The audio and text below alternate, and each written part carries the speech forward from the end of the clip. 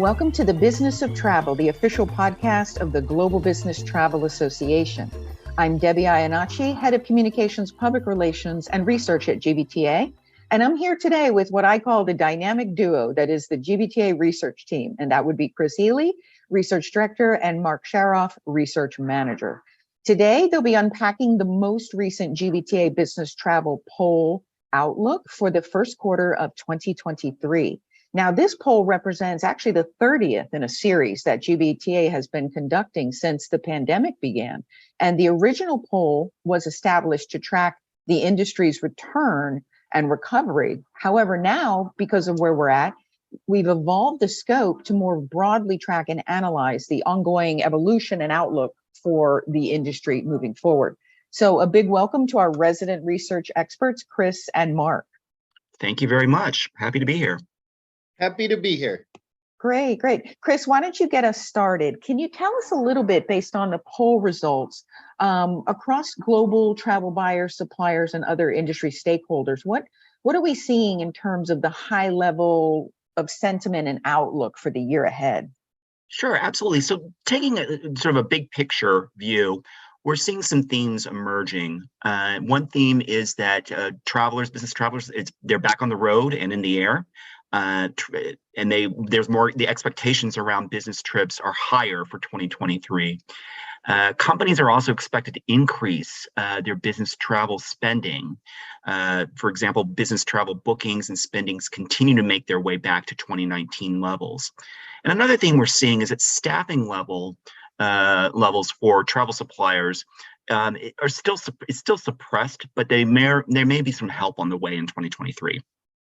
Yeah, those are some interesting takeaways and kind of headlines, if you will. I know when we were looking at this poll, we were looking to see kind of what that outlook for the year ahead was. Can you kind of expand a little bit about that anticipated return to travel in general, and what's the industry expecting, and even our employees ready to get back out there right now? Absolutely.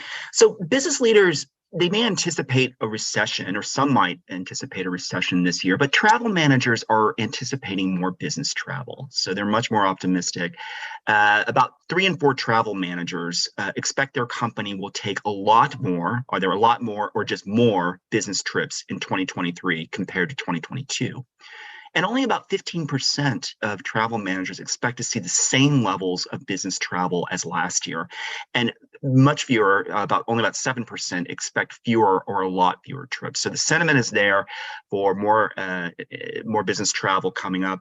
And an overwhelming 90% of respondents believe that their employees are willing to travel for business, while approximately the same amount, 88%, report that they feel more optimistic about the path to recovery compared to last month. So there's a lot of good sentiment out there, and travel managers are expecting much more travel this year compared to last.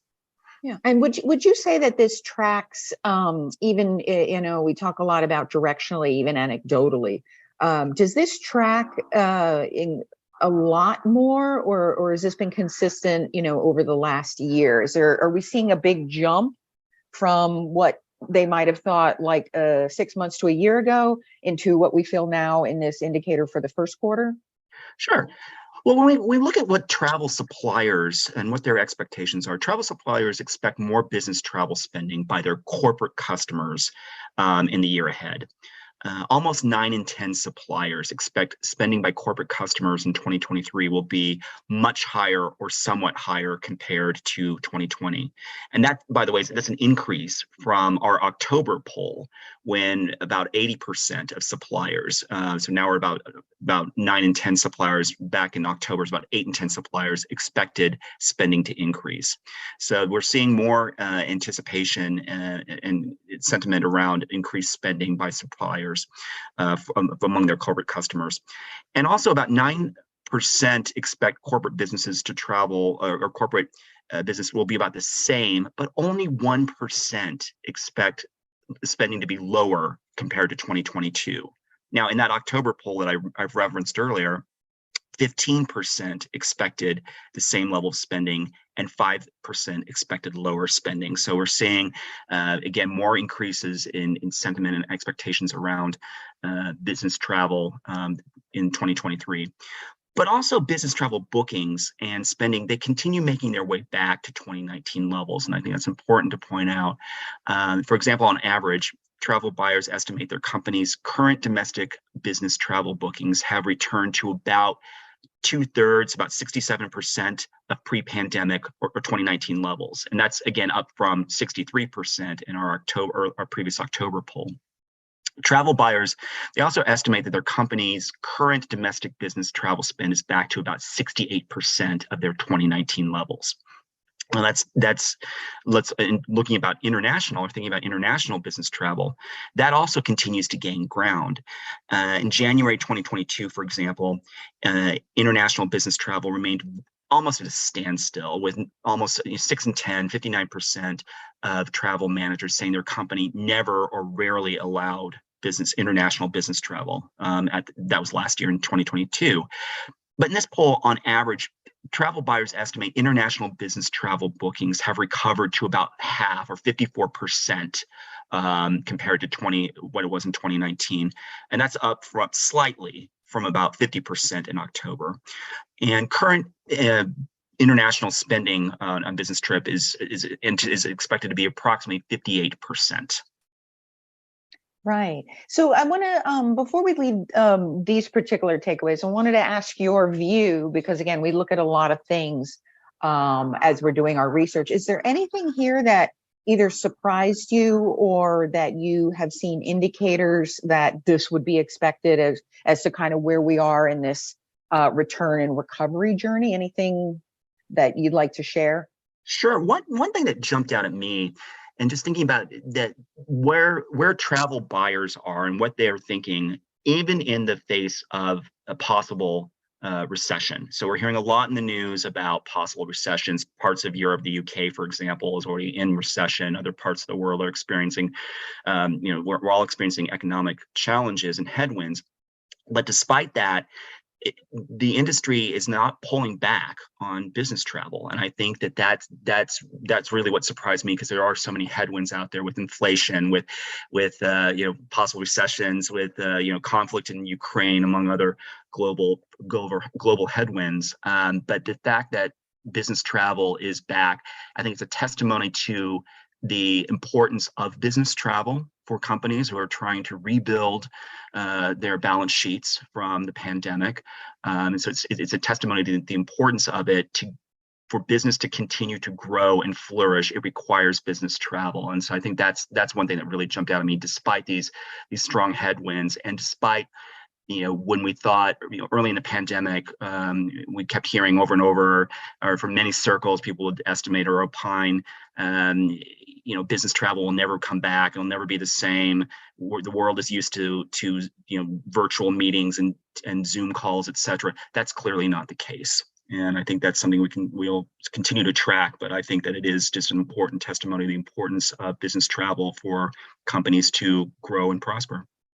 Right. I know as a team, we've talked a lot internally about, is this the year that, things kind of settle in to either the normal or the new normal, depending on, what we want to call it. But these are some great indicators, and it feels like the industry, again, because this is the feedback from our industry's buyers and suppliers and other industry professionals, sounds fairly optimistic as we're getting out of the gate here in 2013. Thank you so much for that, Chris.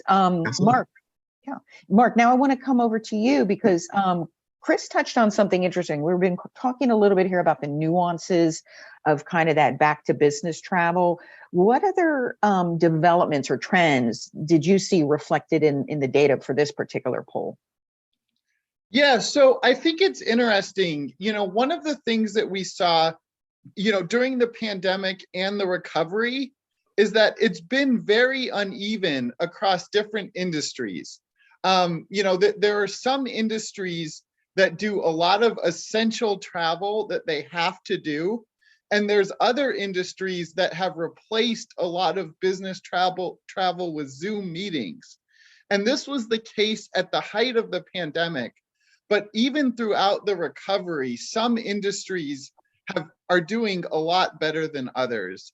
So what we did, travel suppliers, these are people that work for airlines, hotels, travel management companies. We asked these people to think about their corporate clients and to look at the past year and to tell us which industries saw the strongest growth in business travel and which saw the weakest growth. And they could pick up to 3 of each. So you look at the strongest growth over the past year, the top 3 industries that suppliers mention, finance and insurance, professional services and consulting, and software, hardware, and technology. So the tech industry. These are the industries that saw the strongest growth. And then you look at the weakest growth and the top 3 industries that are mentioned, nonprofits, educational services like universities, and also the tech industry. So I think it's interesting, when you look at this, you look at the industries that are sort of lagging behind, like educational services. I'm not really surprised. If you're a professor at a university, you might go to conferences to present a paper, but you don't really have to do this. It's not really a necessary part of your job. So you can cut back on this. And then the other one that sort of stands out to me is the tech industry. This is mentioned as one of the industries that saw the strongest growth last year, but also one of the industries that saw the weakest growth. And I think this just sort of speaks to the bumpy ride that we've seen with the tech industry in terms of business travel. You go back to the beginning of last year, and the tech industry was really coming back. People that work for Google, Amazon, Microsoft, these people were going to conferences, they were meeting with clients, they were starting to travel again. But then you got to the end of last year, and a lot of these tech companies were starting to worry about a recession, and they were cutting staff, they were doing layoffs, and they were limiting business travel. You had some large tech companies like Google and Microsoft that got to the end of the year and they started to limit travel and tell their employees that we only want you to go on essential trips. So I think, the tech industry really had a bumpy ride last year where it was looking optimistic at the beginning of the year, but they sort of reined in travel at the end of the year. Right. And actually, let's talk for a minute. The term essential travel is quite interesting. And I know we have asked those questions about essential versus non-essential travel over the months that we've been doing our polls. But do you have any anecdotal thoughts about, you just mentioned, and basically we're seeing a quarter of like software, hardware, and tech, being the strongest growth or predicting strongest growth in business travel spending. And then also in the weakest, as you pointed out. Do you feel like when we look at those we go back to the list that's the strongest growth in travel spending, that, the finance, insurance, professionals, technology, is that because they, what might be driving that growth? Is it a competitive advantage, having the competitive advantage, the need for face-to-face engagement in these particular verticals of industry? Yeah, so I think it's interesting. I think the definition of what's an essential business trip can really vary. And I think the reason that these industries grew so much is because they're not essential in the way that you like traditionally think about it. Like, it's not a life or death thing if like an investment banker can't go out and travel. So these industries sort of shut down travel during 2020 and 2021. Like the big banks didn't do a lot of travel during the height of the pandemic, whereas other industries that really are essential, like oil and gas and utilities, these industries kept traveling during the pandemic, but bankers and consultants really didn't. But then as the recovery went on, I think, these people started to realize that they really had to travel to do their jobs effectively. So, we got back, we got to last year, and all these bankers and consultants that were doing all these Zoom meetings during the height of the pandemic, they were eager to get back on the road, and really make meaningful connections that could help them do their jobs better. Right, right. And also, we talked a lot about the variances of just as companies are allowed to get back on the road. What are they strategically going to do? How are they going to think about business travel, their policies, and even their strategies when it comes to that? And that actually brings us to another interesting insight about when we look at the year ahead. What are some of those top drivers of that business travel, whether it's essential or not? But what for when it comes to spending for the year ahead, what are we seeing is the things that are rising to the top in that return to business travel? What areas? Yeah, so the one that everyone talks about is internal travel. So like when a lot of companies have remote workforces now, people that are spread around the country and the world, and you're hearing that they need to have retreats and meetings where they can bring people together that work for the same company, but they don't see each other day to day. So they're having like company retreats where they bring all these people together, so they can share ideas, form relationships, and collaborate together. So we had a question in the poll where we asked travel managers to estimate how much of their spend will fall into different types of trips. And they estimate that these internal meetings will be about 20% of their spend. So that's a decent amount. Companies are spending about 20% of their travel budgets on these internal company retreats and meetings with employees traveling to meet with colleagues and clients. And then the other thing that I think is sort of interesting and is sort of related to this, there's different things that happened during the pandemic, and some of these things might continue to be part of the industry after the pandemic, even though these things started because of the pandemic. And an example of this is a new trip approval process. So one of the things that we saw during the pandemic was that companies were really worried about risk management, and they changed their trip approval process to deal with this. So if an employee wanted to travel, she didn't just need to get approval from her manager. She had to have someone from the HR department or the risk management department sign off on the trip, and sort of validate that it was safe enough for her to take that trip. And we don't really need to do this anymore. I don't think you need to have like a risk manager review your trip, but I think we're seeing that some companies are sort of sticking with this idea, but they're doing it in different ways, and they're trying to accomplish different goals. So we mentioned earlier that a lot of companies are worried about a recession. So what you might do is you might have someone from the finance department review a booking request and sort of validate that it's important enough to justify the cost.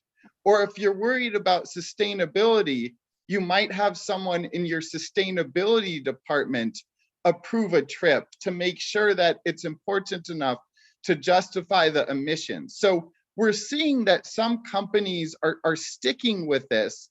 For example, when it comes to domestic trips, one quarter of companies, 27%, require approval by someone outside of the employee's chain of command, most of the time or all of the time.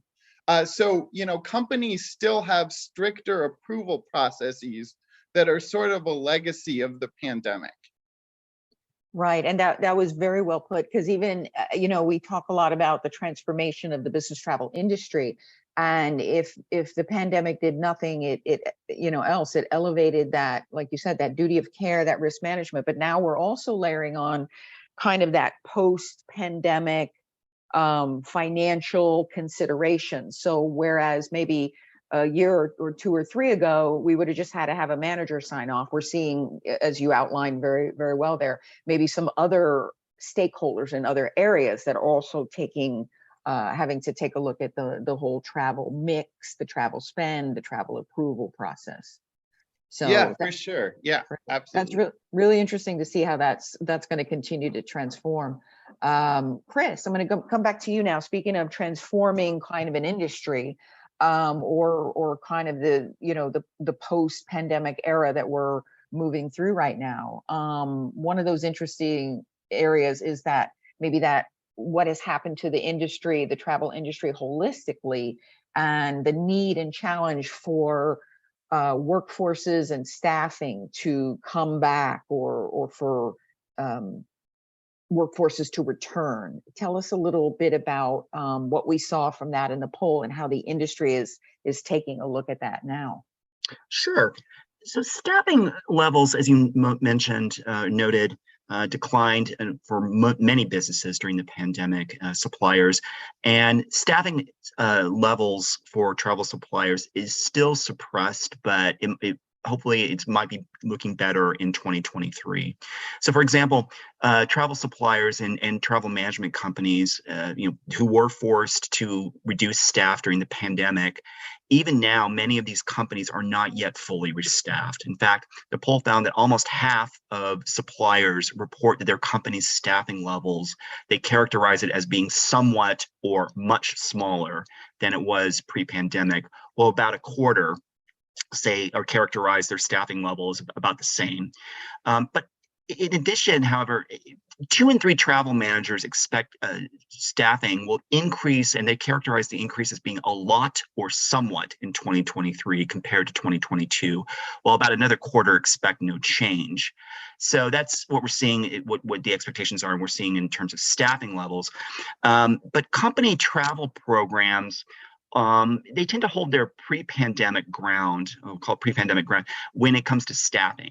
So while many suppliers emerged from the pandemic with fewer staff, the same has rarely happened. It really hasn't happened much with travel programs or corporations. In fact, the majority of buyers, about 3 in 4 out of 4, say their company's travel program, in terms of staffing size in 2023, is expected to be about the same as it was before the pandemic, or will be either somewhat or much larger. So they're expecting there's a significant number of travel programs that are expecting to see maybe some staffing levels actually increase.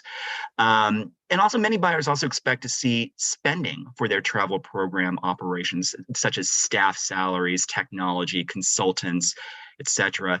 In 2023, they're expecting to see some increase compared to last year. In fact, the poll found about half of buyers expect their program budgets will be higher, while about 40% expect them to be about the same. So very few are saying they expect it to be reduced. Again, going back to that point I made, despite the headwinds that we're seeing in the world, there's this industry is going essentially full steam ahead. Right, and it also it seems to run parallel to that earlier data that you outlined, where if we're expecting increases in volume, employees back in the air and on the road, that running in parallel, that staffing, and especially on the supplier side, I think we would say maybe on the supplier and the TMC side, because they have such a volume of staff versus maybe an in-house department of travel buying department. So they probably got a lot more impact from the understaffing or the changes due to the pandemic. So it's good to see that the indicators of staffing and workforces coming back are running parallel to the same sentiment of spending volume and employee willingness to come back for travel. So hopefully that'll align very strongly in bringing that back to the industry and resetting it, so to speak, to handle the bigger volumes that are expected. Thank you, Chris. And we had one last topic for us today. Mark, I wanted to talk about, we had indicated in the poll or added in a question that's very timely and actually specific for the times we're in right now. It's the question was around the topic of business travel and China. So, and there was some mixed sentiments in the data responses we saw. Can you shed a little light on that for us? Yeah, sure. So, one of the things that we're seeing, sort of around like the holiday period and a little bit after, China really saw a spike in the number of COVID cases. And because of this, some countries, including the US, brought back these policies that we were sort of a fixture, during the pandemic, where inbound travelers that are coming to your country, they have to test negative or show that they've recovered from COVID in order to be able to enter. And this could really be a headache for travel programs, because a lot of times it applies to citizens as well. So let's say you have an employee who lives in the US and they go to China to do a business trip, and then they get COVID while they're in China. They have to test negative before they can come home. So these people might be stuck in China for a certain period of time, and you're not able to bring them back home. So this is sort of a challenge. And I don't think it's surprising, 52% of business travel professionals expect that these policies will lead to a decrease in the amount of travel to and from China. But, a lot of companies in the US, this is only for the US, are still allowing their employees to go to China. So 24% say that employees are still allowed to travel for China. 28% say that employees are typically allowed to go there, but they recommend against it. And then 29% of US travel programs are not allowing their employees to go to China right now. And then 19% are not sure. So companies are sort of split to how they're approaching this. But it will be interesting to see, how long this policy remains in place. Right, because we're, again, this is interesting every day. We continue to watch, how the different things unfold in terms of regulations. And, this is one of those that literally by the time someone's listening to this, we may have seen some change happening as a result. But it's really insightful, and probably we could even ascertain that depends on how much your company relies on travel to the region. That might drive, if you do a lot of business with China, which is also, we know, one of the biggest, if not biggest, business travel market in the world, you may look at it differently than if you had a more minor or smaller stake in that kind of work. Yeah, for sure. Yeah. And, China is such an important trade partner with the US.